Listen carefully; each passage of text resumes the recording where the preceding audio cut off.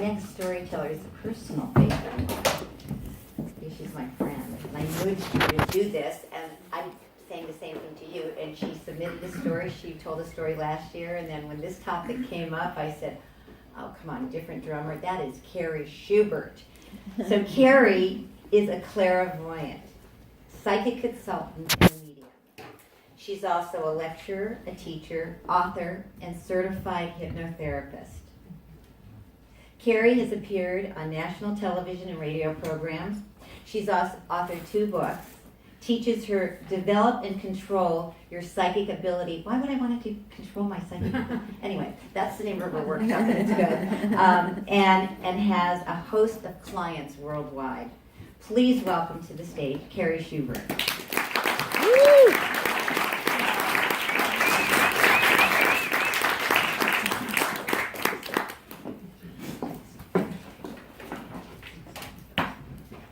To say I feel totally at home here because it reminds me of the haunted mansion at Disneyland.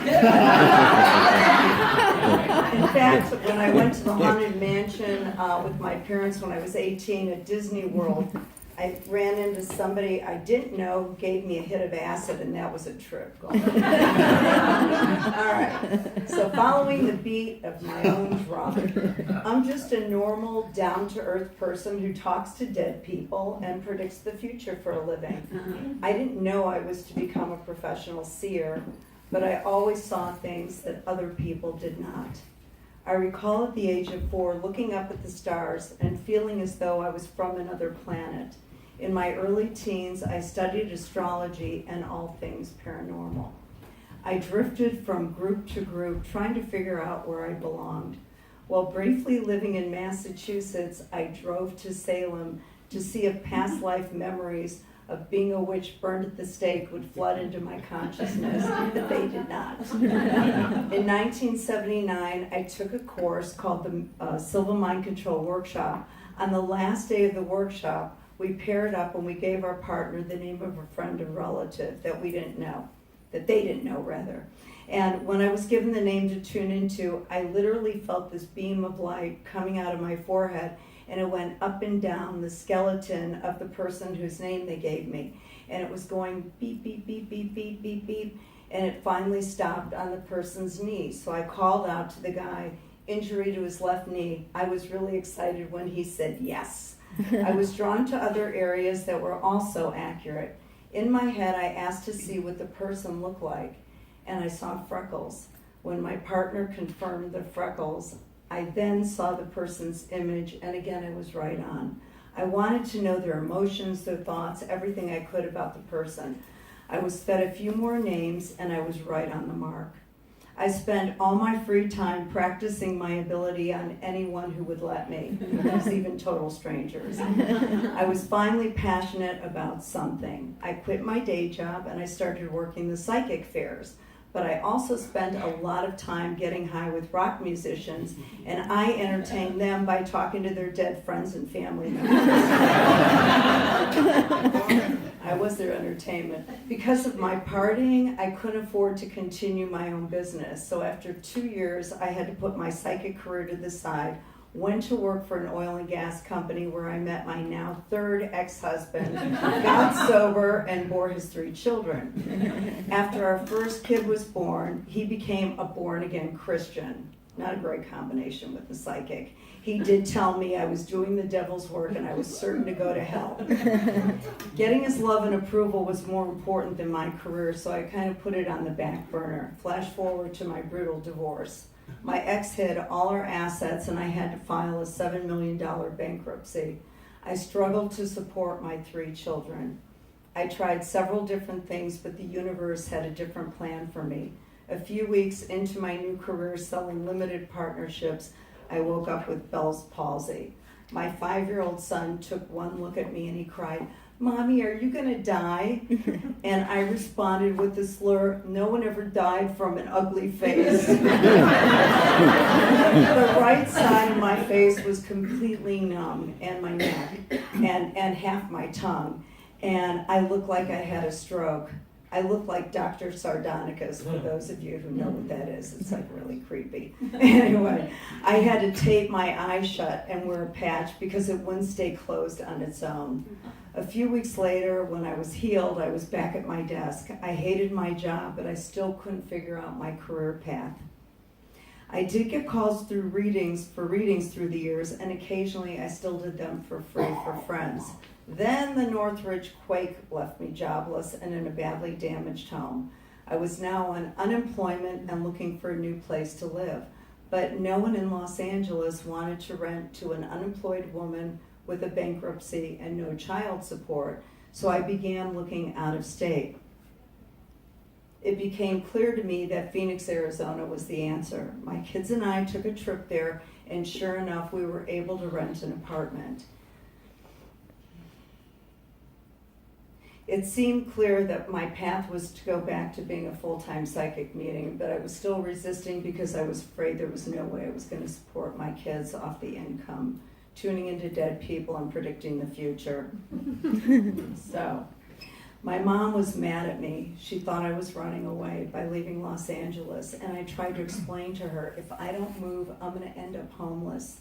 As I backed my 26-foot moving van out of the driveway, my dad said to me, "I'm so proud of you, Carrie."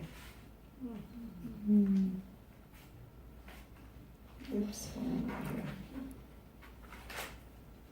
I was leaving family and friends behind. Cell phones and landlines were costly. The internet was just being developed, so I wasn't able to keep up communication with my LA support group.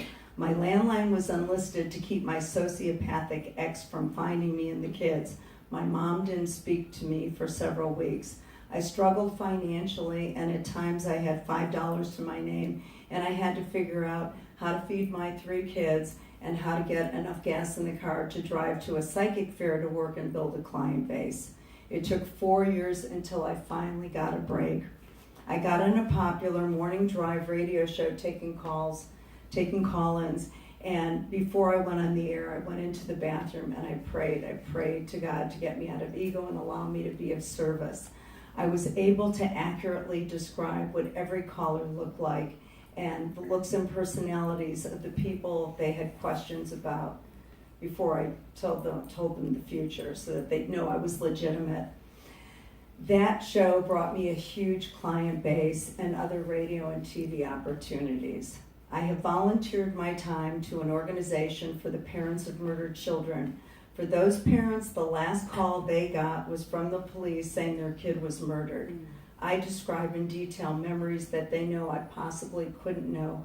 I leave them with good memories, often with humor, so they know that their loved ones are at peace. I have worked on several murder cases and missing person cases. In one case, a woman called about her missing boyfriend. I could see and feel that he was deceased and in an area at a lake. I asked her if he owned a gun. She called me a few days later to confirm he was found at Lake Pleasant and he had killed himself with a gun. I get calls regarding health issues, animals, reading the future, talking to the dead, finding missing people and items, and I teach a psychic workshop. My clients say I'm like a psychic therapist. I can tell them about the good stuff that's coming on the other side of a tough segment, and I give them the tools to help them get through it, giving them a sense of peace. This has been my full-time work for 23 years. I have clients worldwide. I also read by phone and Skype. This career has put a damper on my love life, though. Who wants to date someone who they think can read their mind? I make it a point to tell them I am just a mere mortal and I have to date like everyone else, trusting my gut. Though I do pick up on shit, but I don't tell them. The upper hand. My kids took crap from some of the teachers and parents of a few schoolmates when they heard their mother was a psychic. One mother actually called me and told me she didn't want her daughter at my home. I had to explain to her I'm not a witch, nor do I impose my beliefs on others. Do I run the risk of being single and getting weird looks from people for the rest of my life? And a lot of eye rolls, by the way. I know that when I leave this world, I have made a positive difference in the lives of my clients. Was it worth the ridicule and risk? Absolutely. Yeah.